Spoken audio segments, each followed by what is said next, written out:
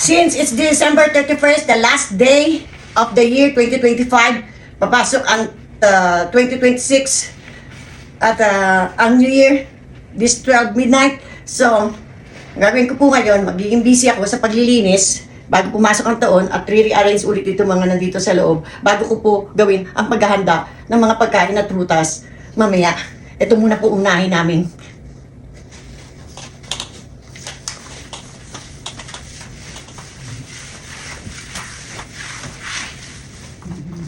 This is the good time to do the changing arrangement. Baka mag-iba ang takbo ng ihip ng hangin. Kung ano man ang nangyari ng 2025, maganda o hindi maganda, good vibes, bad vibes.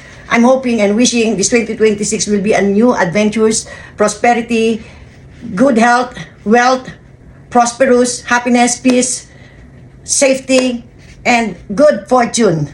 And more adventures to come. So, try nating ibahin ang ihip. Baka sakali, wala naman pong mawawala. Tsaka, dapat talaga naglilinis ang bahay, di ba? Where you?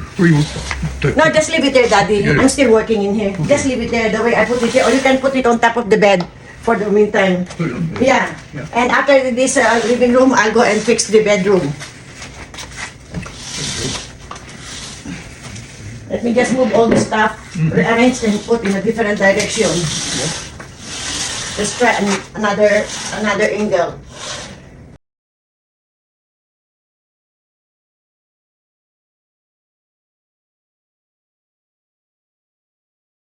Ang background music ko po si Papa Don. Yep. Wala po akong music eh. Siya ang magbibigay ng music.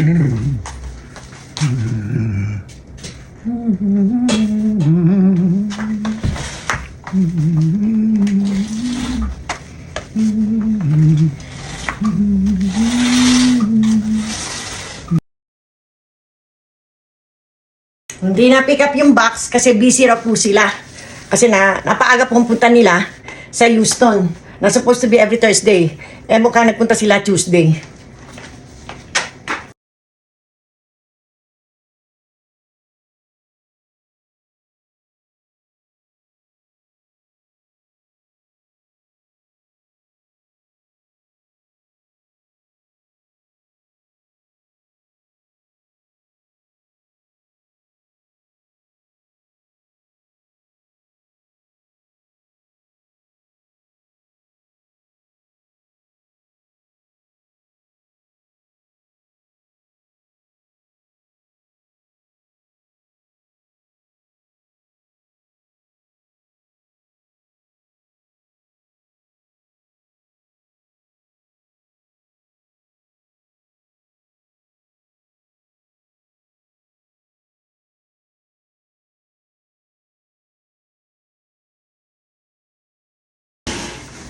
Ito po yung prutas ko.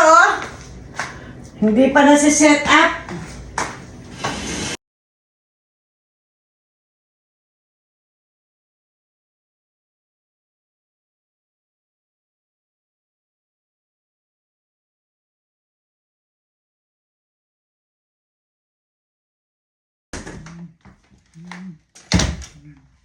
Mukhang tapos na po ako maglinis. So, ang ayusin ko naman ay yung bedroom namin. Salamat po.